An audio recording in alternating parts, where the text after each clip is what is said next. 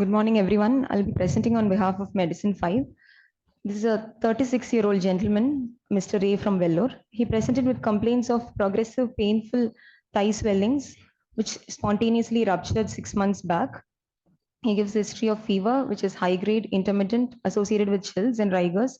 Maximum of 1 or 2 degree Fahrenheit was documented. He had complaints of swelling of both lower limbs and facial puffiness since 3 months. And there was erythematous skin lesions over the face, trunk, and limbs in the last 1 month. He gives history of yellowish discoloration of eyes since 15 days. There was high colored urine as well. And there was history of significant loss of weight and appetite. There was no history of chronic cough. There was no history of breathlessness. There was no history of sensory loss. There was no history of motor weakness. There was no history of contact with TB patients, or there was no history of recent travel history. There was no history of high risk behavior. He also had no history of CTD features like joint pain or rash, photosensitivity, dry eyes or mouth. There was no history of redness of eyes. Past history wise, he had no comorbidities. He was diagnosed with the above complaints. Elsewhere in May, was diagnosed with lower limb cellulitis, treated with injection meropenem for a week, and he was later on treated in Karigiri Hospital for persisting skin lesions in June. Was reported to have erythema induratum based on skin biopsy. He also gives history of receiving MMR vaccination in the month of January with no local reaction. On examination, pulse rate of 134 per minute, blood pressure of 110 by 60 mmHg, respiratory rate of 22 per minute, temperature of 103 degree Fahrenheit was documented. He had pallor, icterus, bilateral pitting periledema up to the mid shin. There was bilateral periorbital hyperpigmentation. Subcutaneous swellings noted was observed over the chest and abdominal wall, and he had erythematous scaly plaques with over the face, trunk, and upper and lower limbs. These were the skin lesions, which are present in the face, the trunk, the upper and lower limbs.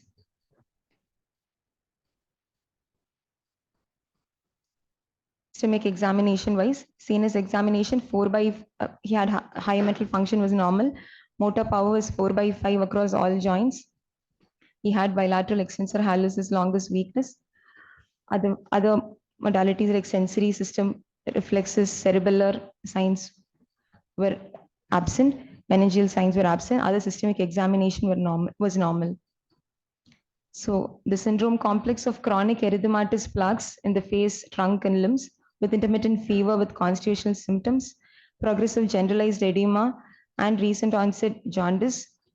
We considered the following differentials: infectious causes, first being disseminated or extrapulmonary tuberculosis, Hansen's disease, seropositive illness like HIV, chronic fungal infections like histoplasma, infective endocarditis, also autoimmune or infiltrative causes like sarcoidosis, amyloidosis, SLE was considered, and hematological causes like lymphoma was also considered.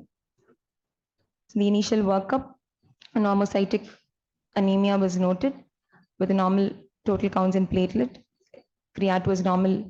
Serum electrolytes showed hyponatremia, which was euvolemic hyponatremia and SIADH kind of a picture.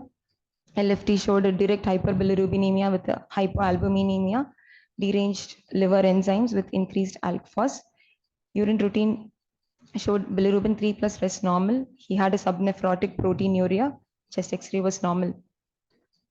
Infective workup, blood cultures, 3 cultures revealed no growth. MAN2 test was negative. Bloodborne virus screen was done, which is negative. Skin smears, negative for AFB. Echo done did not reveal any vegetations. So at this point, we ruled out infective endocarditis. Hansen's was also ruled out. MAN2 was negative, but we went ahead with the workup, inflammatory markers. Inflammatory workup showed the positive inflammatory workup was ACE levels were high. Otherwise, ANA was negative. Nerve conduction study was done, which showed sensory motor polyneuropathy. And echo did not reveal any features of cardiac amyloidosis. Serum electrophoresis was done, which showed a polyclonal gammopathy with beta gamma fusion, and IFE was normal. CT neck, thorax, abdomen was done, borderline enlarged lymph nodes, which was not biopsiable. So we went ahead with the skin lesion, which showed atypical lobular panniculitis with dermal mucin deposits. We went ahead with the immunohistochemistry. The immune profile was more in favor of subcutaneous panniculitis like T-cell lymphoma. We also went ahead with the bone marrow biopsy, which showed hemophagocytosis. The patient satisfied the HLH criteria with a H score of more than 99%. So diagnosis of subcutaneous panniculitis like T-cell lymphoma was made with secondary HLH. So the WHO classification of T-cell lymphoma had under the categories cutaneous had the subcutaneous panniculitis like T-cell lymphoma. Worldwide, the prevalence is less than 0.5 per 1 million population per year, and in India, there was only small studies and retrospective studies done. A 10-year retrospective study showed less than 1% of cutaneous lymphoma patients had subcutaneous panniculitis like T-cell lymphoma, and another study from AIIMS New Delhi reported only 4 cases of the same over 6 years among the cutaneous lymphomas. Clinical presentation wise, a study by Williams showed that 100% of the study population had subcutaneous nodules and plaques. And another study by Lee et al. Showed 50 to 70% had constitutional symptoms. Cytopenias were noted. In another study, 40 to 60% of the population. HLH was noted 20 to 45% the study population. Other clinical features that were noted: liver involvement, transamine elevation, splenomegaly, bone marrow involvement, and lymphadenopathy were the other clinical presentation. And when we looked into the predictors of outcome, the association with HLH had major adverse prognostic factor. It was a major adverse prognostic factor which is strongly associated with mortality. The T-cell receptor phenotype, especially the delta gamma fusion phenotype, had aggressive course and poor outcomes when compared to the alpha beta phenotype. And the other poor outcomes were cytopenias, elevated LDH, ferritin, liver dysfunction, and a delayed diagnosis or misdiagnosis because because considering a benign panniculitis is also considered as a predictor of poor outcome. So treatment is based on the presence of HLH or the absence of HLH. So in the absence of HLH, systemic corticosteroids with immunosuppressants like methotrexate or hydrochloroquine is considered given, and the overall 5-year estimate survival rate is more than 80% in these population. And with HLH, the RCHOP or the CHOP regimen is given along with the HLH protocol, and an aggressive therapy is an urgent therapy is considered in patients with HLH. In our patient, we started him on parenteral dexamethasone and we transferred him to hematology for further management. After the resolution of fever, he was given cyclosporin, and it was, as he tolerated the initial dose, he was increased to 75 mg BD, and oral prednisolone was initiated at 1 mg per kg per day. There was significant improvement in clinical symptoms and HLH markers, and the patient was discharged.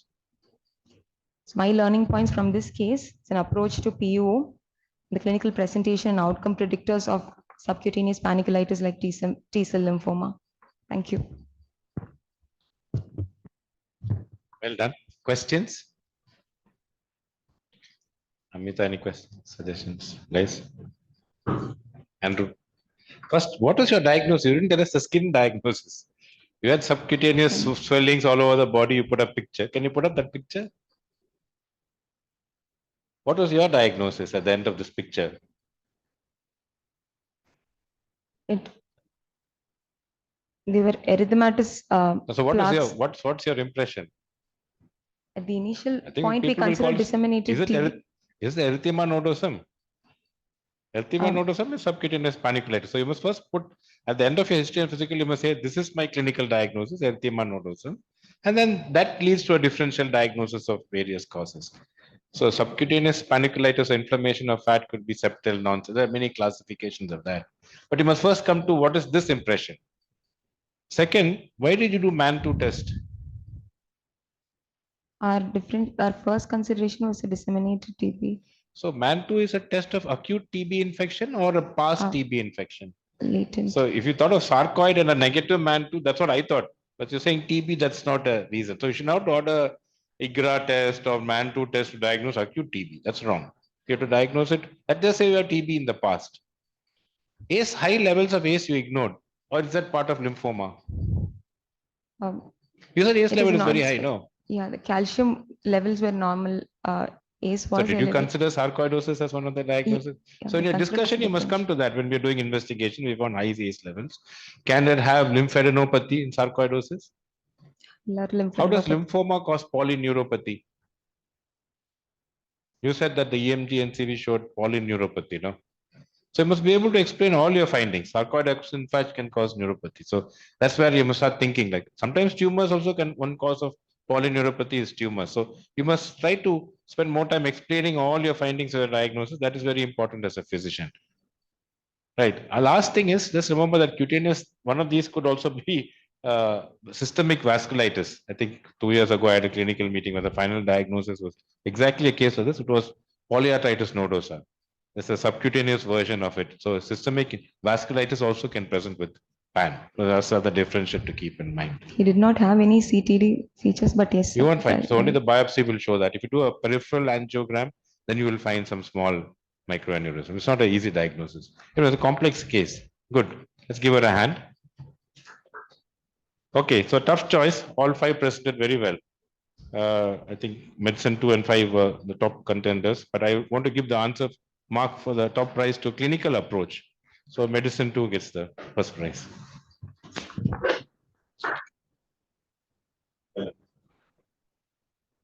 Okay, thanks. Bye.